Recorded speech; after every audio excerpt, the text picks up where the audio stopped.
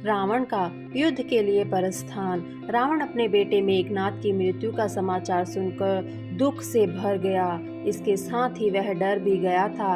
वह मन ही मन बड़बड़ाते हुए बोला, यह सब विनाश लीला एक स्त्री के कारण हो रही है। मैं अभी जाकर विनाश की जड़ को ही काट डालता हूँ। सीता के मरने पर ही मेरे बेटे को आत्मा को शांति मिलेगी। वह अपनी चमचमाती तलवार लेकर सीता के पास अशोक वाटिका में जा पहुंचा। वह क्रोध में आकर कोई अनिष्ट कर बैठता कि उससे पहले ही उसके महामंत्री ने उसे रोकते हुए कहा, महाराज, आप जैसे विद्वान को एक स्त्री का वध करना शोभा नहीं देता। इस कृत्य से आपके नाम पर एक कलंक लग जाएगा। आप सीता को मत मारिए। यदि मेघनाद की मौत का बदला लेना ही है तो राम से युद्ध कर उसे परास्त कीजिए।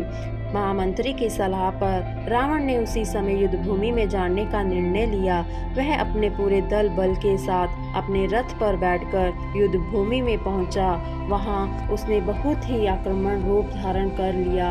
उसने युद्ध भूमि में कदम रखते ही राम की सेना के असंख्य बंदरों और भालुओं को मार गिराया। उधर हनुमान, सुग्रीव और अंगद अपनी सेना के आगे ढाल बनकर खड़े थे। उन्होंने कुंभकर्ण के सभी बेटों को मार गिराया। अपने सैनिकों को रावण के हाथों मरता देख उन्हें बचाने के लिए राम ने सामने आकर उसे ललकारते हुए कहा, रावण, इन निर्दोष प्राणियों पर अपना क्रोध क्यों प्रकट कर रहे हो? साहस है तो मेरे साथ मुकाबला करो, क्योंकि लड़ाई और दोस्ती हमेशा बराबर वालों में शोभा देती है। लेकिन तुम्हें तो निर्बलों पर बल प्रयोग करने की आदत है। तभी तो तुमने सीता का हरण उस समय किया जब वह कुटिया में अकेली थी और उसकी मदद करने वाला कोई भी वहां मौजूद नहीं था। यदि उस समय मैं वहां होता तो तुम्हें वहीं मार गिरता।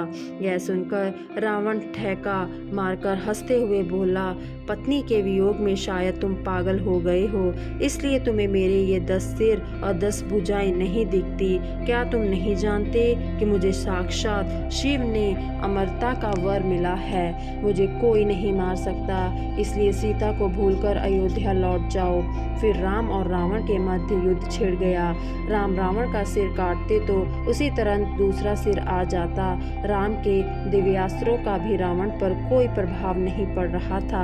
अंत में विभीषण ने राम को बताया कि रावण की नाभि में तीर मारने पर उसकी मृत्यु होगी। यह जानकर राम ने तुरंत एक तीर रावण की नाभि पर मारा और रावण भूमि पर गिर पड़ा। रावण भूमि पर गिरकर अपनी अंतिम सांसें गिनता रहा।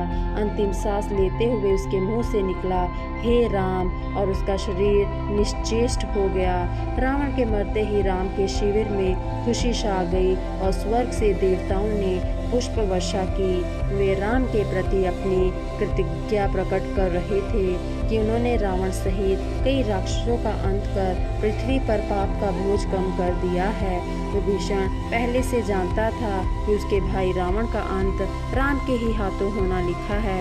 यद्यपि उसे पता था कि उसका भाई अधर्मी है, लेकिन फिर भी भाई की मृत्यु पर उसका हृदय चीत्कार कर उठा।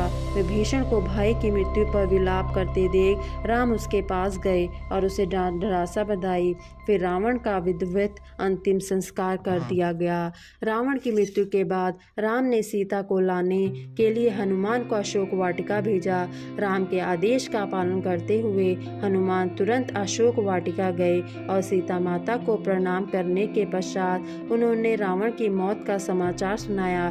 फिर हनुमान बोले, माता, मैं श्री राम की आज्ञा से आपको लेने आया हूँ। यह जानकर सीता सहर्ष ही हनुमान के साथ चल पड़ी। जब वे राम के पास पहुंची तो एक दूसरे को लंबे वियोग के बाद देखकर दोनों को ही आंखों से आंसुधारा बह निकली। सीता ने आगे बढ़कर अपने स्वामी के चरण स्पर्श करने चाहे तो राम ने उन्हें रोकते हुए कहा, हे जानकी, मैं जानता हूँ कि तुम गंगा मैया की तरह पवित्र हो, लेकिन तुम्हें सभी लोगों के सामने अपनी पवित्रता साबित करने के लिए अग्नि परीक्षा देनी होगी। यह सुनकर सब स्तंभ रह गए। उन्हें उस बात पर विश्वास नहीं हो रहा था। लक्ष्मण के दुख का पारावार ना रहा। उनकी आंखों से आंसू झलक आए थे। उनके लिए सीता न केवल माँ समान थी बल्कि वे उन्हें देवी मानते थे। फिर राम ने लक्ष्मण को आदेश देकर लकड़ियाँ इकट्ठी कराई, उन्हें एक स्थान पर व्यवस्थित करके आग लगाई और सीता को उसमें प्रवेश करने के लिए कहा। सीता ने 3 बार राम की प्रदक्षिणा की और बोली, देवगण मेरे अभिवादन स्वीकार करें, अग्निदेव मेरी पवित्रता के साक्षी बने, मैं आप में प्रवेश कर रही हूँ। यदि मैंने कोई भी पाप किया है तो मेरे शरीर को जलाकर भस्म कर दे। यह कहकर सीता अग्नि में प्रवेश कर गई। वहां उपस्थित सभी लोग हैरानी से यह दृश्य देख रहे थे।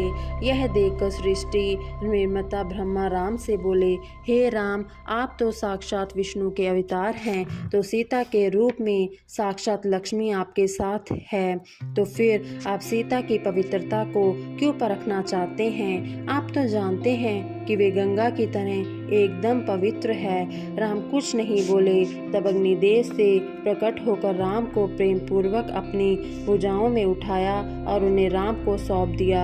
यह देखकर सब सीता की प्रशंसा और जय जयकार करने लगे।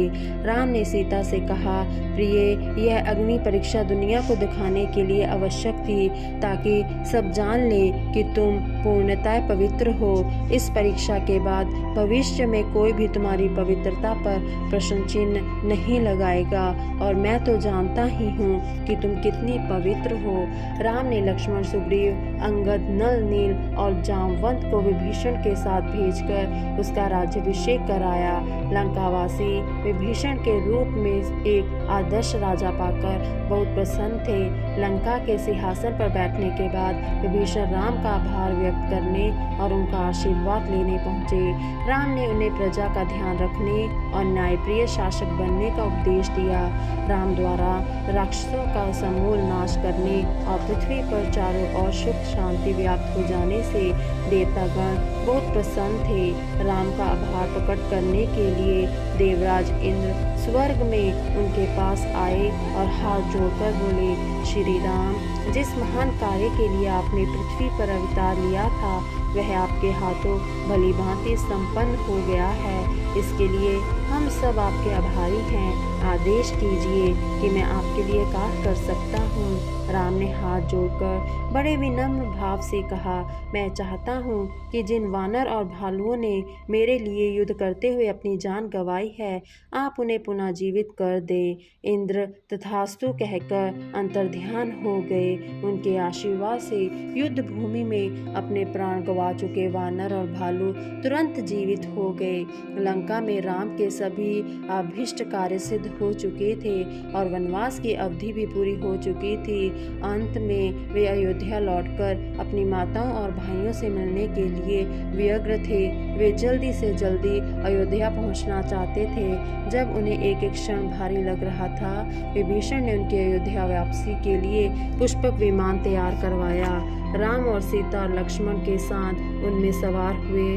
उसके साथ साथ हनुमान, विभीषण और सुग्रीव भी अयोध्या के लिए रवाना हुए।